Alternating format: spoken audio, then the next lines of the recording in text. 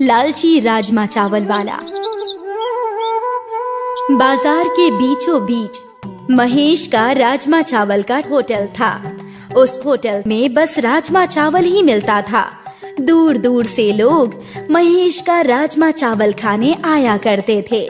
महेश के पास एक बावर्ची था जिसका नाम उमंग था। मालिक, एक बात कहनी थी। बोल बोल उमंग, क्या बात है? देखिए ना, हमारा यहाँ राजमा चावल खाने लोग दूर दूर से आ रहे हैं। हर दिन आपकी कमाई 2 गुनी हो रही है। हमारा पगार थोड़ा बढ़ा दीजिए ना मालिक।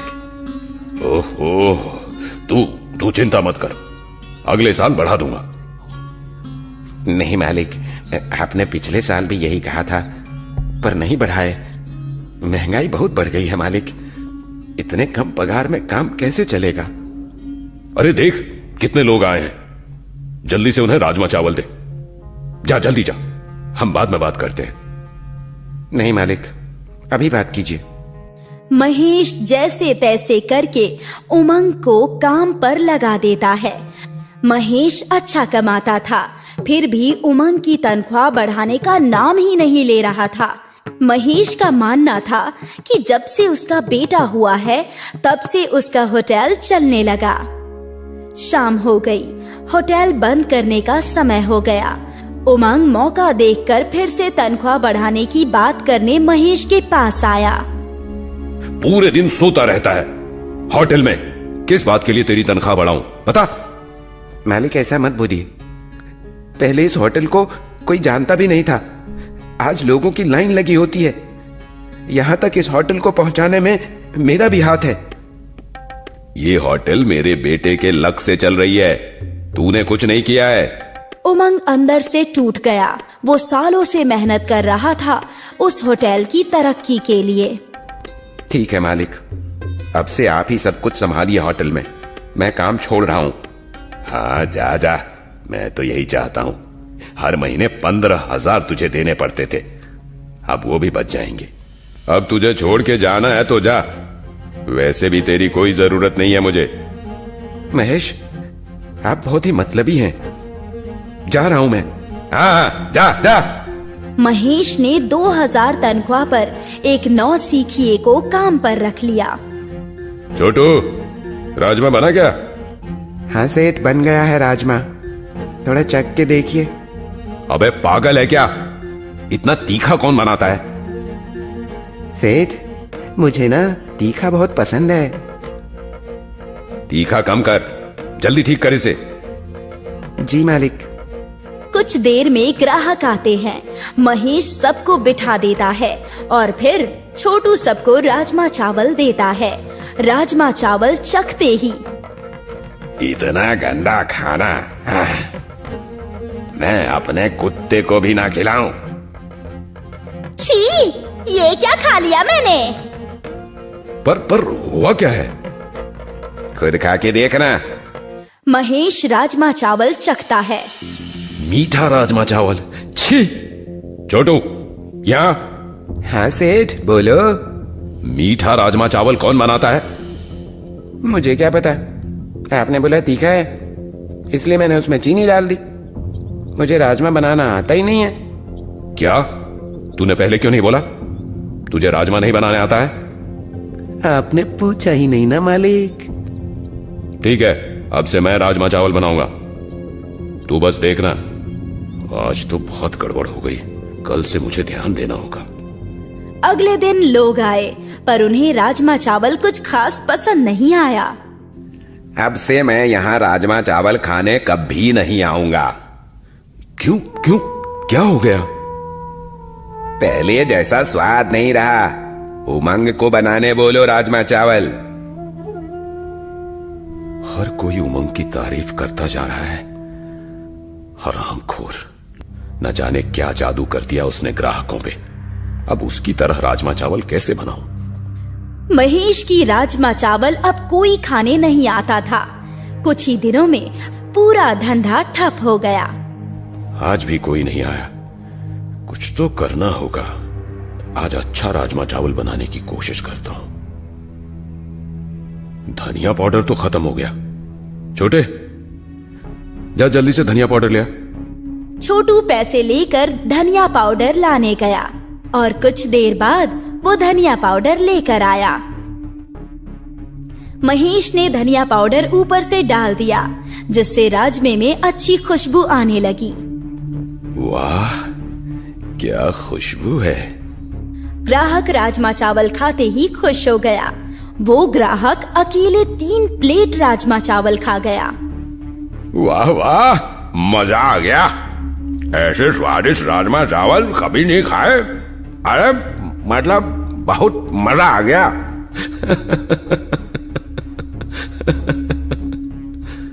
उस दिन देखते ही देखते महेश के होटल में पहले जैसी खचाखच ग्राहकों की भीड़ लग गई। महेश बहुत खुश था। आज ऐसा क्या जादू कर दिया राजमा में मैंने, जो ग्राहक खाते ही जा रहे थे सब कुछ खत्म हो गया। ऐसा तो पहले कभी नहीं हुआ। सेठ जी, लगता है आपको अच्छे से राजमा बनाना आ गया है। कल भी ऐसा ही राजमा बनाना, वरना ग्राहक पहले जैसी गालियां देकर जाएंगे। शुभ शुभ बोल। पहले देख लेता हूँ किचन में क्या क्या है। महेश किचन में देखता है कि आज कौन से मसाले डाले थे। तभी महेश की नजर धनिया पाउडर के पैकेट पर जाती है। ऐसा पैकेट पहले कभी नहीं देखा किचन में। ये तो भांग है। ये कौन लाया? छोटू, छोटू। हाँ सेठ जी, बोलिए, अब क्या हुआ? ये भांग का पैकेट यहां कैसे आया? ये तो धनिया पाउडर है सेठ जी, आपने ही तो बोला था ना। अबे बेवकूफ, ये भांग का पैकेट है, धनिया पाउडर नहीं। तभी तो सोचूं, लोग इतना क्यों खा रहे थे आज राजमा चावल। लगता है सब साले नशेड़ी थे। सेठ जी, अभी जाके धनिया पाउडर लाता हूं। वाह छोटू, तेरी गलती से मेरा होटल पहले से भी ज्यादा चलने लगेगा। नहीं, अब से तू भांग का ही पैकेट लाएगा। पर सेठ, ग्राहकों को भांग का राजमा चावल पसंद है, हम उन्हें यही खिलाएंगे। लेकिन सेठ जी, किसी को पता चल गया तो? किसी को पता नहीं चलेगा। तू भी किसी को कुछ मत बताना। आज से तेरी पगार 10,000। वाह सेठ जी, आप तो भगवान निकले।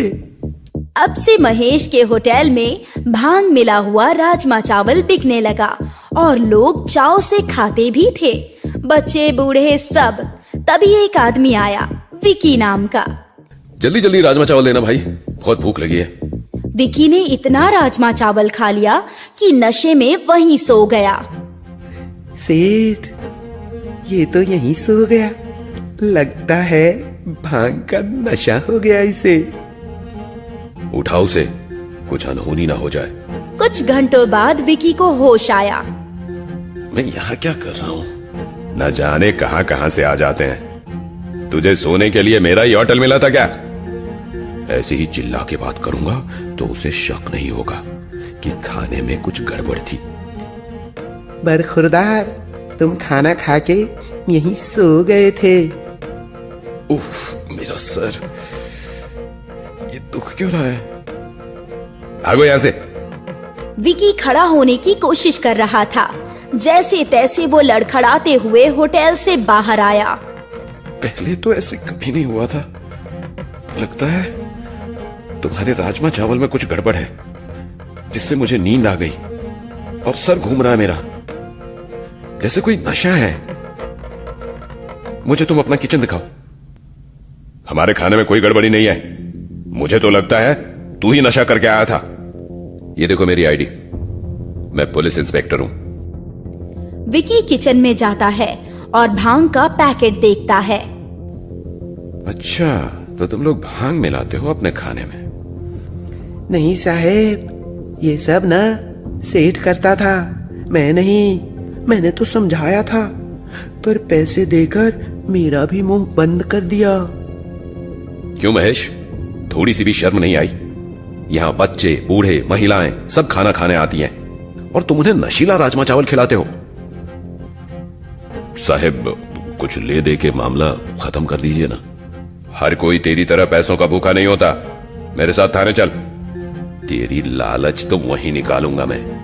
इंस्पेक्टर विकी ने महेश और छोटू दोनों की अच्छे से खातिरदारी की और फिर उन्हें जेल में बंद कर दिया। महेश का होटल भी बंद हो गया। दोस्तों, सफलता चाहे कम मिले पर धोखा देके सफल होने की कोशिश मत करो। लालच बहुत ही बुरी चीज है। लालच के चक्कर में अच्छों की नैया डूब गई, इसीलिए लालच मत करना। कंजूस पिज्जा वाली। ढोलकपुर गांव में एक विमला नाम की औरत रहती थी और उसके पति रमेश पिज्जा बेचने का काम करते थे। उन दोनों की दुकान बहुत अच्छी चलती थी क्योंकि गांव में दूर दूर तक पिज्जा नहीं मिलता था, जिस वजह से उनका पिज्जा अच्छा बिक जाया करता था।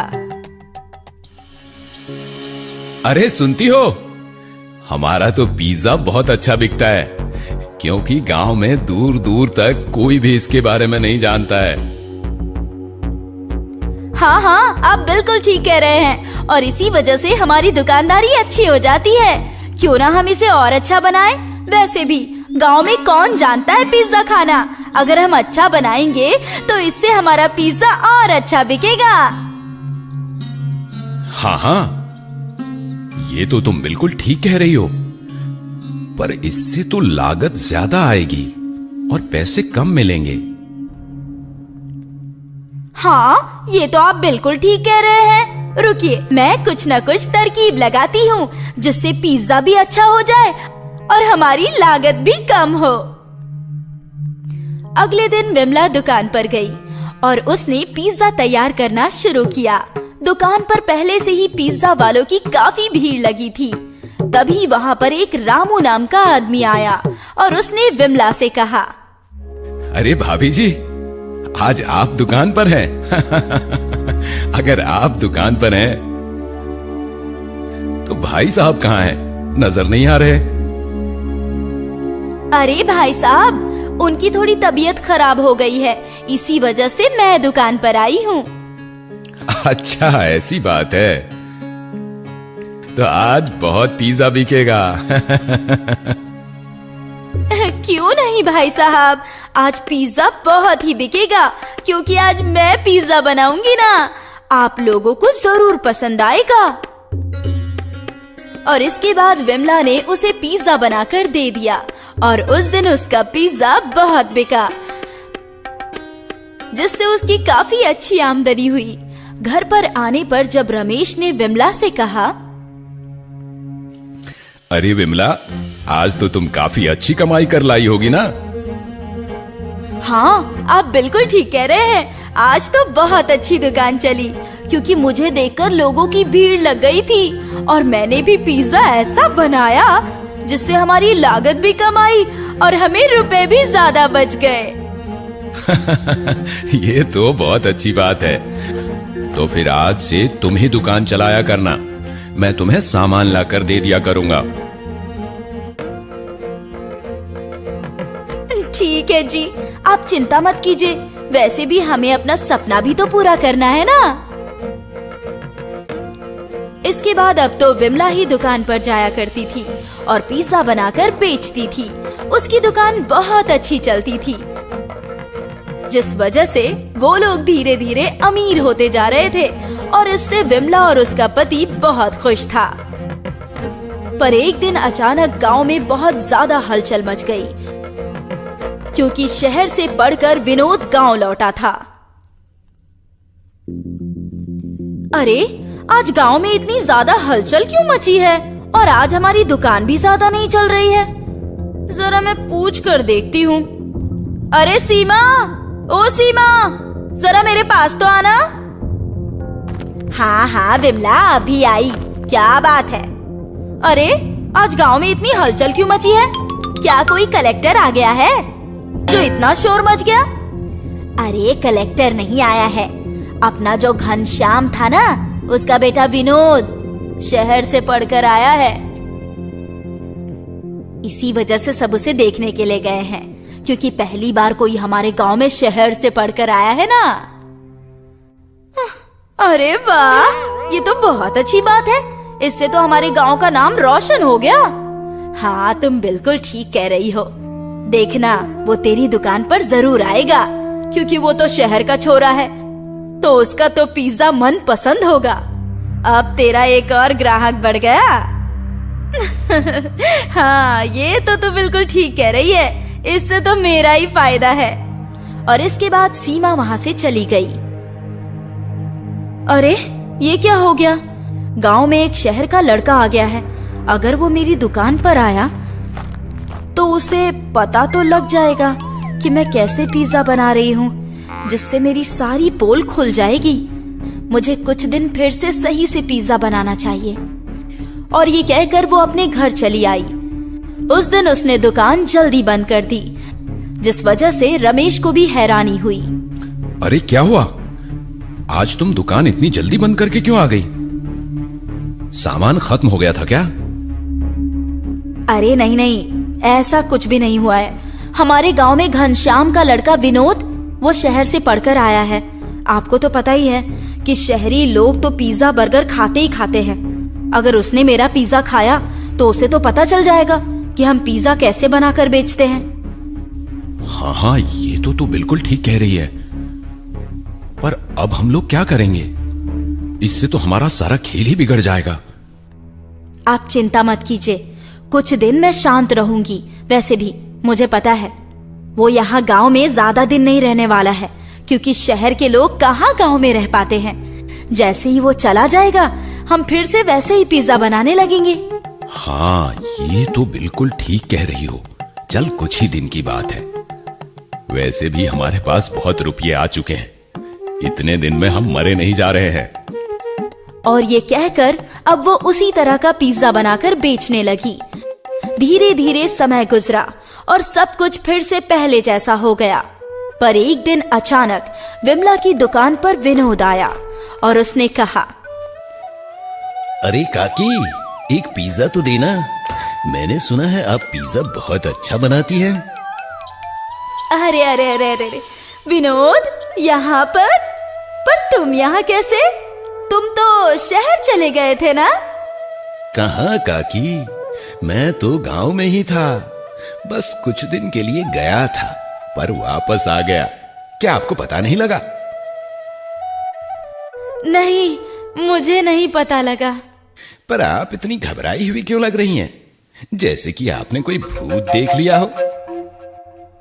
अरे अरे नहीं नहीं नहीं, ऐसी कोई बात नहीं है बेटा। चल, मैं तेरे लिए पिज्जा बना देती हूँ। और ये कहकर उसने पिज्जा बनाकर विनोद को दे दिया। उसने पिज्जा खाकर विमला की बहुत तारीफ की और अब रोज विनोद उसकी दुकान पर आकर पिज्जा खाया करता था।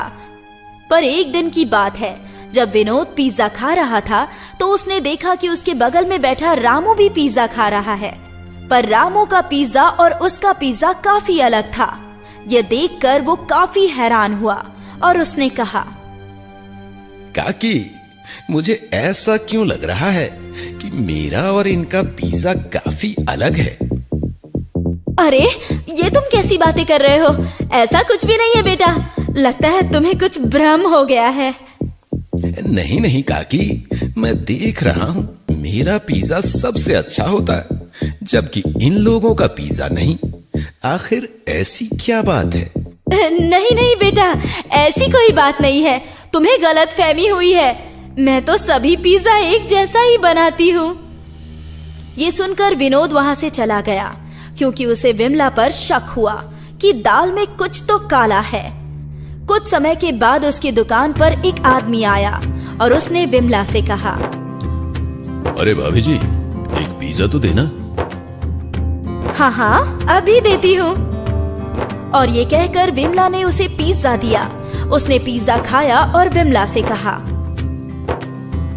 अरे भाभी जी, मुझे पिज्जा कुछ सही नहीं लग रहा है। क्या आपने पिज्जा में सामान पूरा नहीं डाला है? अरे, ये कैसी बात कर रहे हैं? जैसा पिज्जा होता है वैसा ही तो दिया है। पर मुझे इसमें कुछ गड़बड़ लग रही है। नहीं नहीं भाई साहब, ऐसा कुछ भी नहीं है। आज तक किसी ने भी मुझसे शिकायत नहीं की है। सभी को मेरा पिज्जा बहुत अच्छा लगता है। वो तो लगेगा ही, क्योंकि ये ठहरे गांव के और मैं शहर का, तो इसलिए क्योंकि आपने ना ही इसमें चीज डाली है ना ही पनीर, बस इसमें आपने टमाटर और प्याज डाल दी है। आपने और कुछ भी नहीं डाला है जो पिज्जा में होता है। आपने तो बस रोटी के ऊपर सॉस लगाकर पकड़ा दिया है। ये सुनकर विमला काफी ज्यादा परेशान हो गई, क्योंकि उसे पता नहीं था कि ऐसा कुछ हो जाएगा। तो उसने कहा, अरे नहीं नहीं, ऐसा ही पिज्जा होता है। आप जाइए यहाँ से, जाइए, मेरा टाइम खराब मत कीजिए। वैसे भी मेरी दुकानदारी का समय है। पता नहीं कहाँ कहाँ से चले आते हैं। ठीक है, जाता हूँ। और ये कहकर वो वहाँ से चला गया। कुछ देर बाद विनोद वहाँ पर आया और उसने विमला से पिज्जा मांगा।